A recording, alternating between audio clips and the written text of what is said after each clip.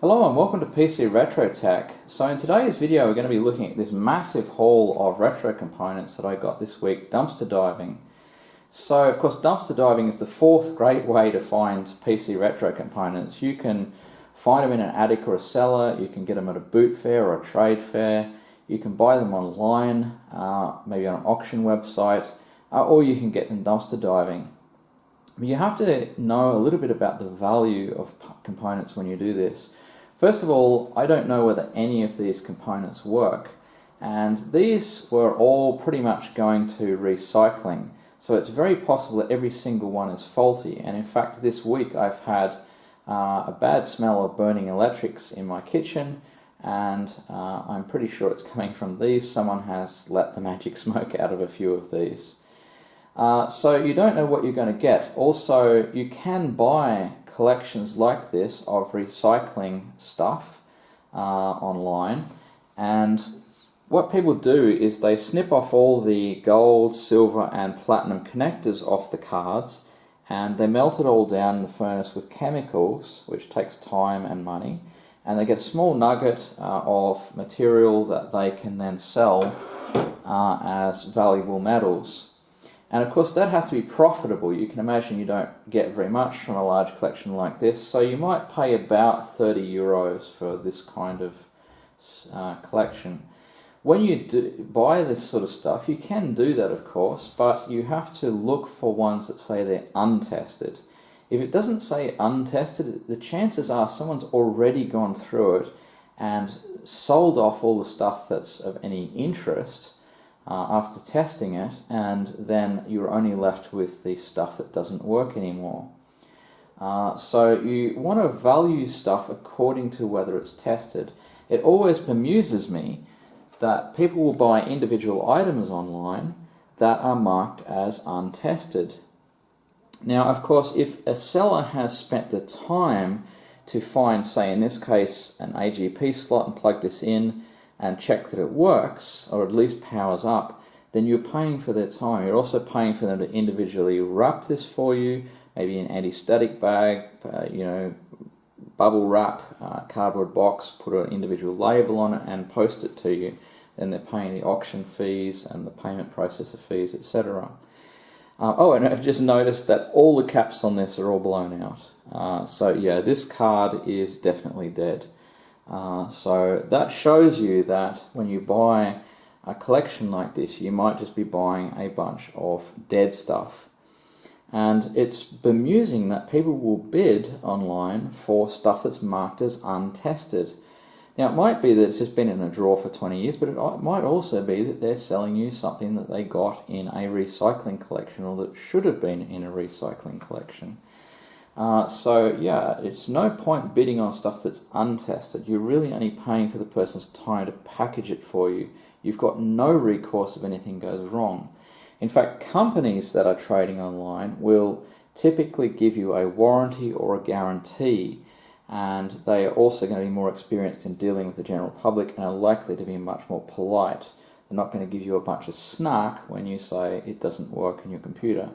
And here in Germany at least, companies are required to give you the right of return for 2 weeks, so at least 2 weeks I think, and they are not allowed to ask any questions really. So if you say, I changed my mind, that's a valid reason to send it back, so long as you are sending back the one with the serial number that they sent you, you're not sending something else back. So that's the story with this stuff. You're paying for someone's time to test the components and to individually treat them and wrap them and deal with you as a customer, not the actual value of the parts themselves. Now of course if something's really rare and it's in very, very good visual condition and it's been tested, then it has some value. So what did I get in this particular lot? Well, I got a bunch of graphics cards, as you can see, and I don't know what's here yet. I did look up this particular one because it looked fancy, but it's actually really basic entry level for its generation, so not interesting at all. I got 2 sound cards here. There's 2 PCI Creative Labs cards.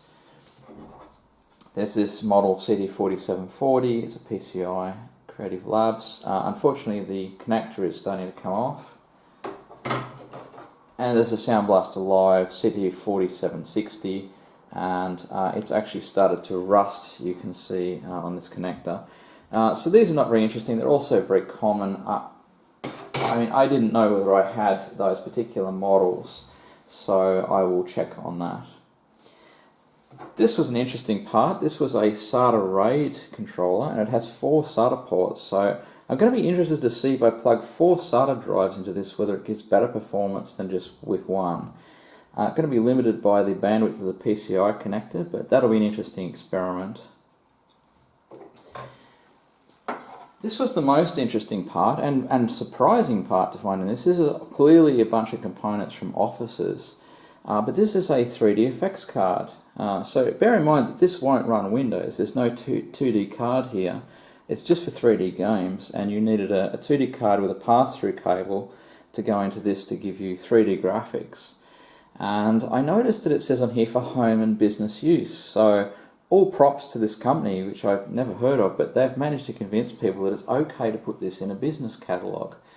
And it looks like people probably, well, they must have been delighted when they saw that you could buy this for a business computer, because you could probably play games in your lunch hour while your boss wasn't looking. So yeah, that'll be an interesting one if it works. The RAM was unfortunately a bit uninteresting. Most of it, I just grabbed a big handful, and most of it is 500 meg DDR. It's obviously come out of some servers or something. So nothing too interesting to report there. There were a couple of 1 gig and 2 gig DIMMs in there, and so they will be okay if they work. And there's I think one PC133 which could be useful, but I have a lot of it anyway.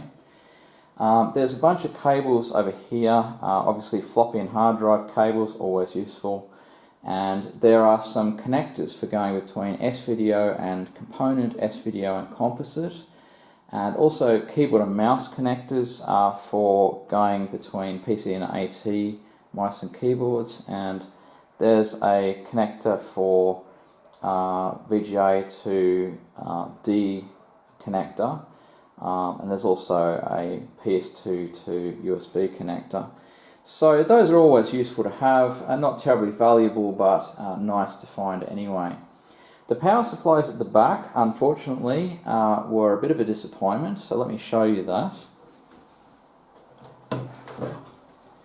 So even this gold supply, it's 420 watts, but it's pretty much a no-name brand. And it has this 20-pin ATX connector. Now this is pretty modern, so in particular you couldn't put this into a 16-pin ATX build, you know, with a really retro motherboard. So the problem is that it only has Molex connectors, which are really old. So this is obviously from a very, very narrow part of computing history, and I can see why these were disposed of. They're not really that interesting, and in fact they're all the same. They're all 20-pin with Molex connectors.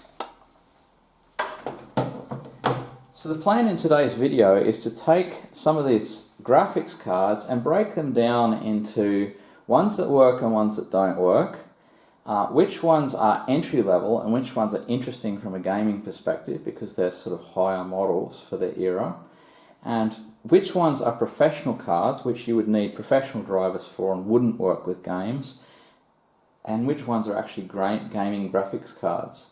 So I think that'll be a bit of an interesting experiment. Of course, that's only going to give us information about this particular collection, and you can have anything random from, you know, nothing working through to everything working, and nothing of interest through to everything of interest in a collection like this.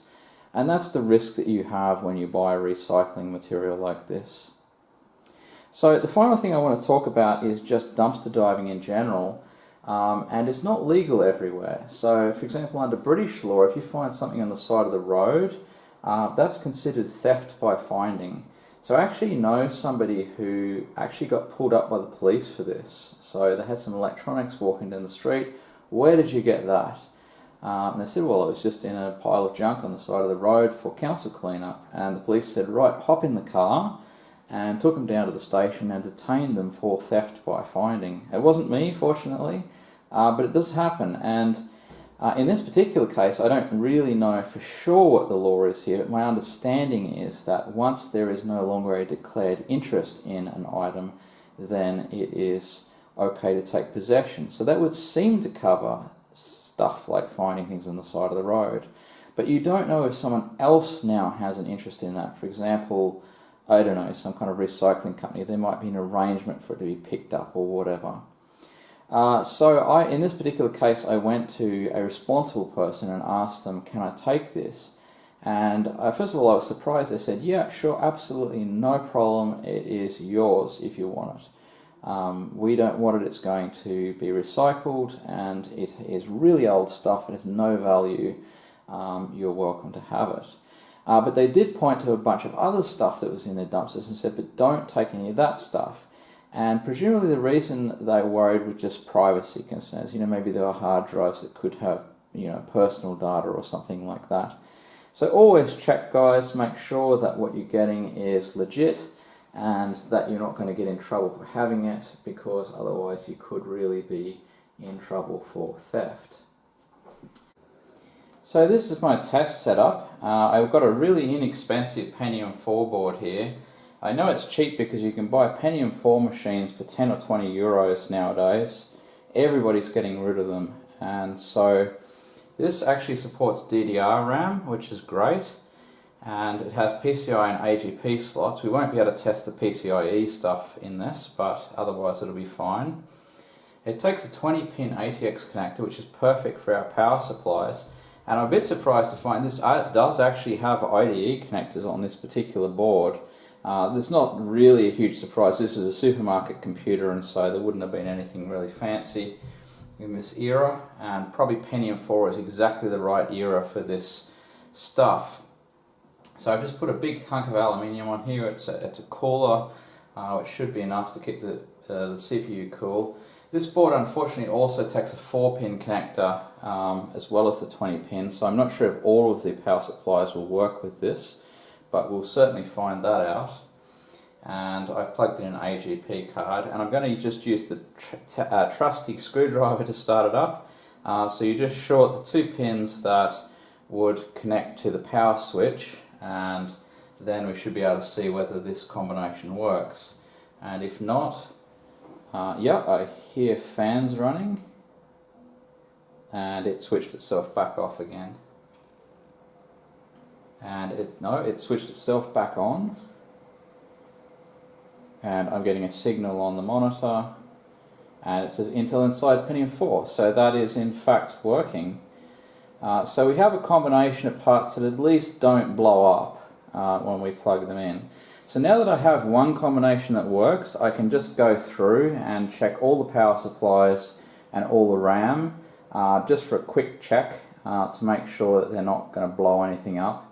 And then I'll test all the graphics cards in the same way, and then we can start putting them into more expensive computers to see what they're like.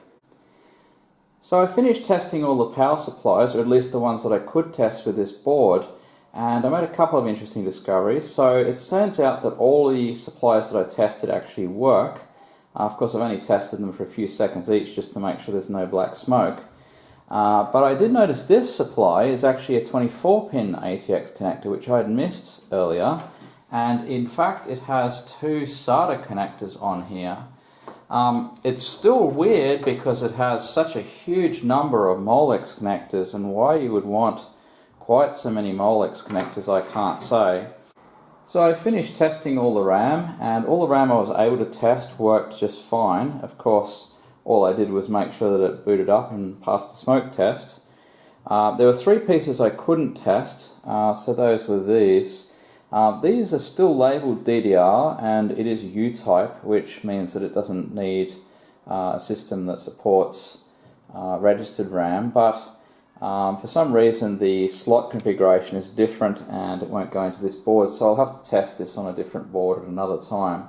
So most of the video cards seem to power up without causing any problems. However, I did have a couple of problems with a few of the cards, as you'll see. So I did have a problem with this particular graphics card. I did manage to get it to start up, and you can hear the fans come on and so on as it starts up, but when the picture finally comes up, such as now, you can see it's really dim. You can't see it at all, and so there's clearly something wrong with this particular card. And of course, I've tried reseating it and various other things, but I think the card itself is actually just dead. So that one's a fail.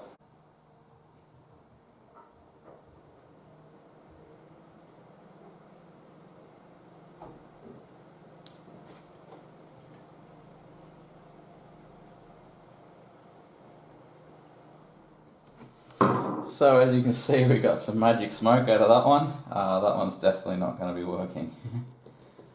Oh, it smells too.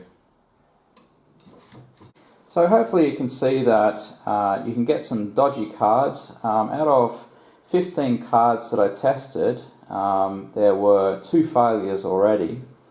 Of course, I can't test this 3DFX card really well at the moment because I haven't got it plugged into a PC. Obviously you can only plug it in and see that it doesn't blow up. But it was an interesting card back in the day, and certainly an interesting find for a retro computing enthusiast. So the next one to take a look at is this Reaver 128. So this is a diamond Reaver, and I think it's probably a Diamond Viper V330. I'm not 100% sure, but it's a 4 meg card at 100 megahertz.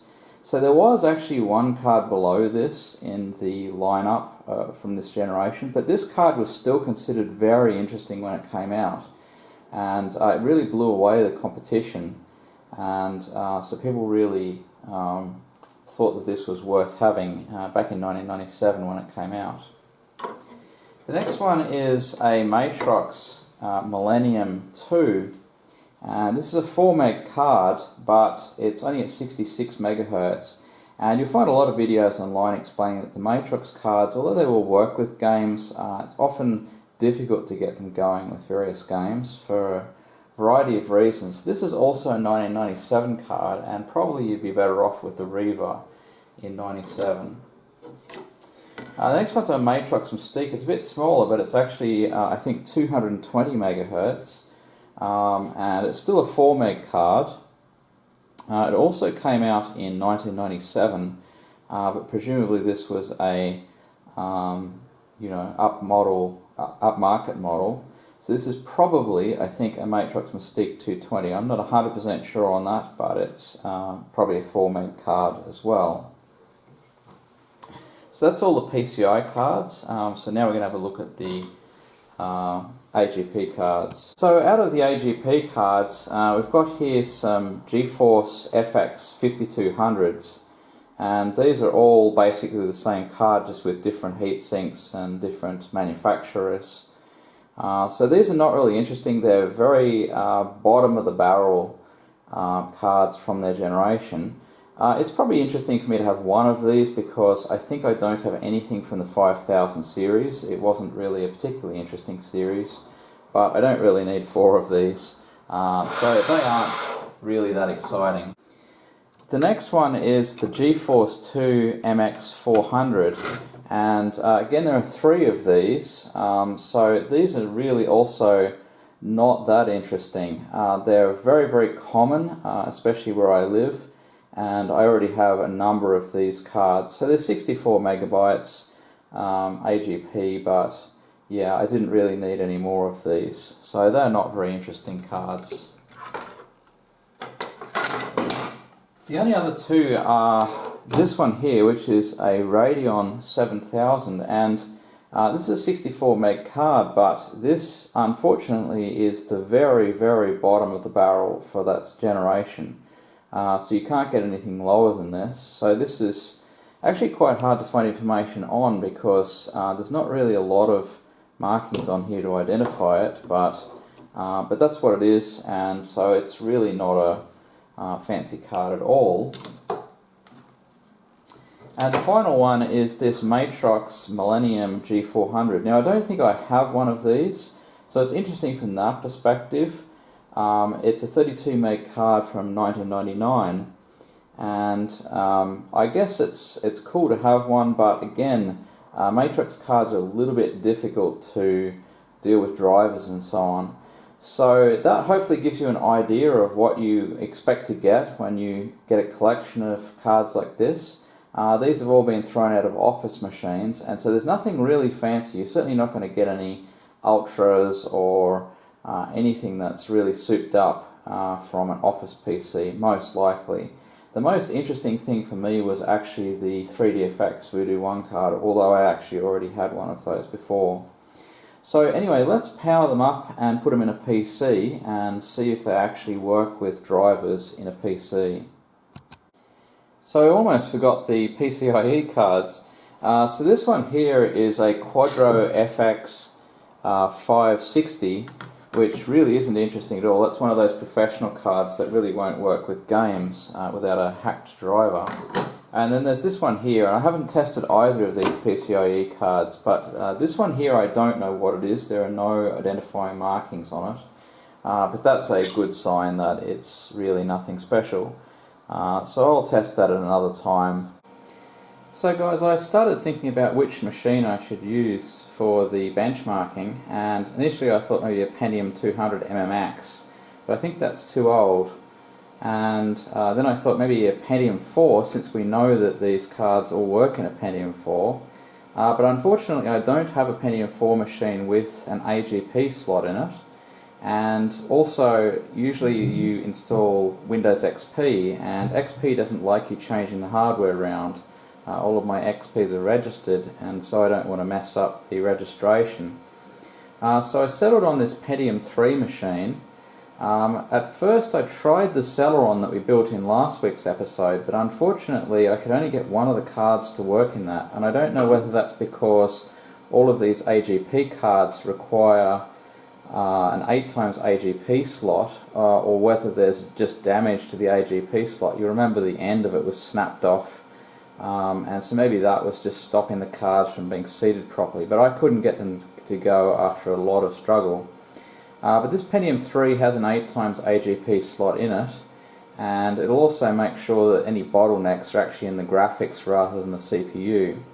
But it's pretty late here, it's after midnight, so I'm going to upload this and make this a two-parter.